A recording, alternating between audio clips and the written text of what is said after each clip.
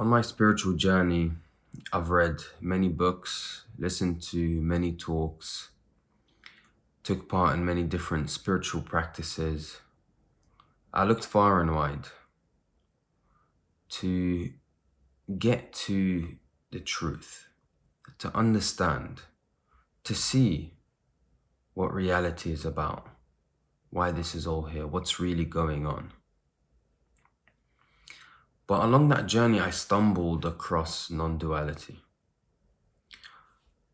I read a bit about non-duality, but then I just parked it and carried on searching. Listened to more people, read even more books, took part in more practices. There was this desire and search to always try and find something that is higher than me, some sort of higher reality. And as I carried on, I realized that there is no end to the search. There is no end to the desire.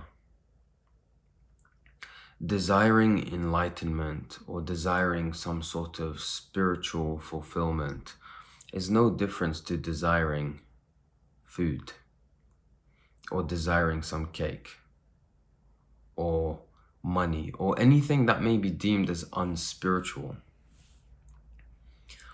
And in this search of enlightenment or truth, what ended up happening is the character or this sense of me was only starting to identify with new thoughts, new belief systems, new ways in looking or occupying myself in life.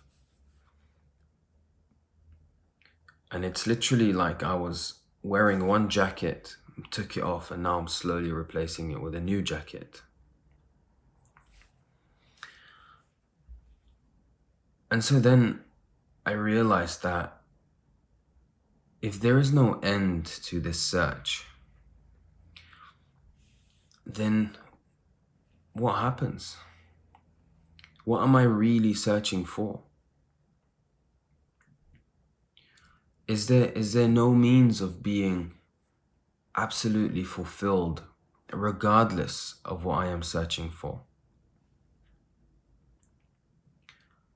I can see the influence of the thoughts and ideas and belief systems on the immediate perception of life. And all I'm doing is replacing these ideas and belief systems, which then just alters the perception of life to a different perception. Is there any end to this? And so I started to take these walks, hence why the spiritual walks was born. I started to take these walks, and I recognized that in the thinking process, because the search was very thought driven, in this thinking process, in this gathering of information, what is it that changes and what is it that doesn't change?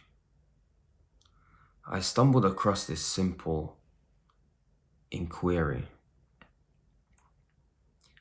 And I noticed that regardless of how much heaps of knowledge and information I gather, regardless of how many experiences there are,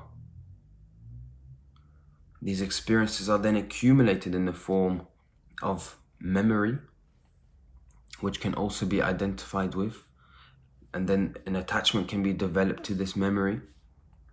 And then there could now be a new spark of desire to chase after these experiences. And so I realized that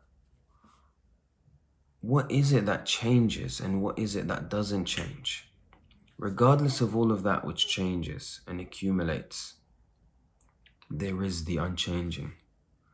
For if there was not that which is unchanging, then that which is changing cannot be perceived. And all of a sudden, I was able to see reality in a more holistic way. And I found myself coming across non-duality once more.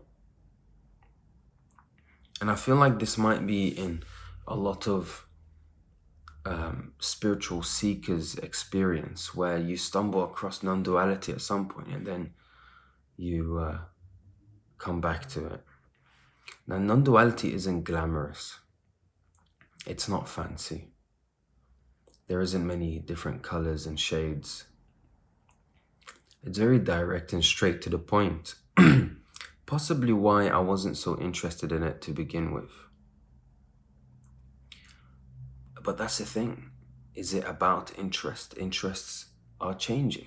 Opinions are changing. Whatever is glamorous and shiny today may not be the case tomorrow. Something else will replace it. And so the search wasn't so much about what is shiny and colorful, what is glamorous. The search wasn't opinionated or biased anymore. It was simply observing that which is unchanging in the midst of infinite numbers of movements, an infinite amount of change.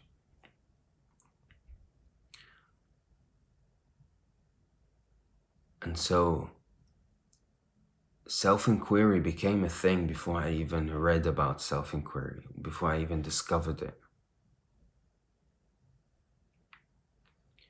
Non-duality is the final frontier, where seeking dies, where the search dies.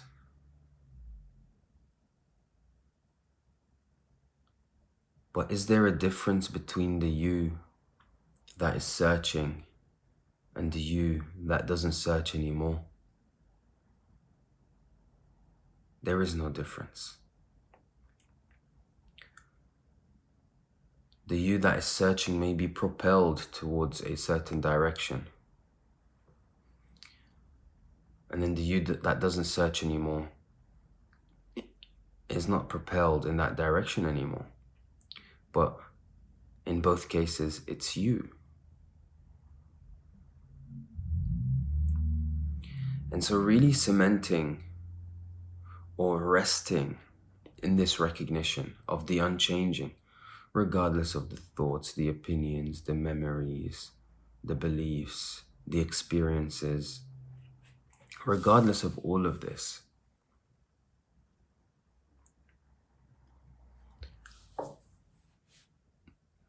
that movement rests or takes place within the unmoving, the unchanging.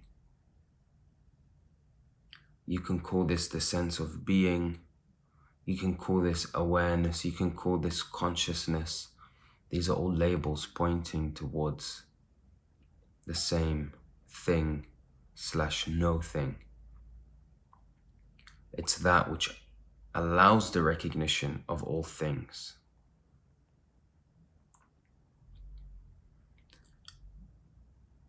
And so, really, all this time, perhaps I was chasing after clarity. Because whatever you're chasing after is already here. By definition, it's already here. The truth that you are seeking must have been there before you are here. Must be here now. Must be here and remain here after you are gone. The truth must be timeless. The truth must not be bound by space.